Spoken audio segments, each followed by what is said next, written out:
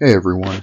So, I will be tackling the ubiquity of injury in sports for my final project. So, with that, let's get into it. Injuries impact athletes from all ages and all walks of life, um, ranging from teens to professionals who do this for a living.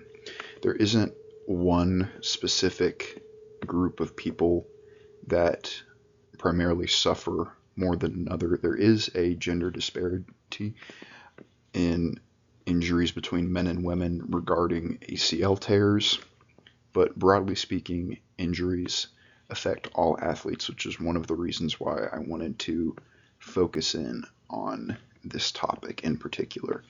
And I also wanted to go into detail about how a lack of preventative measures have allowed this to continue to go on despite some progress.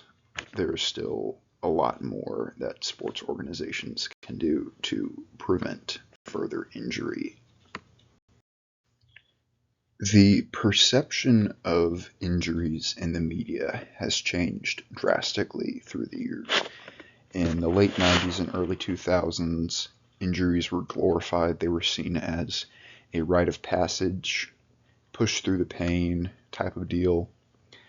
And it really didn't matter how severe it was. If it was a concussion, a tear, people and athletes were just expected to push through it.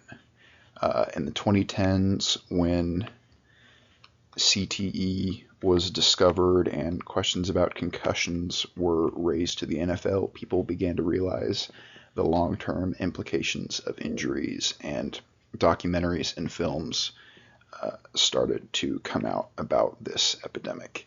And for the past 5 years, advocacy for both physical injuries and a growing awareness for athletes' mental health is on the rise.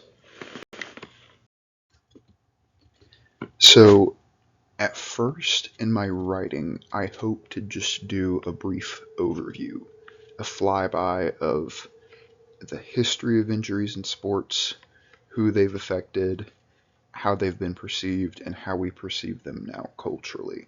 And then I'm hoping to move into more of a personal opinion where I'm talking about how I think we can advocate for further investment in regards to both time and finances to pour into athletes, uplift their well-being mentally and physically.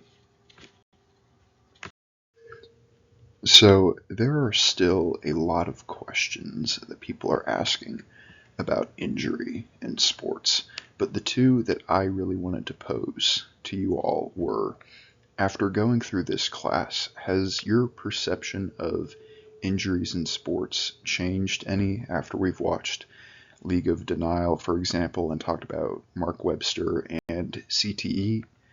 And if so, what do you guys think the best course of action is that sports organizations should take for preventative measures that they have not taken already?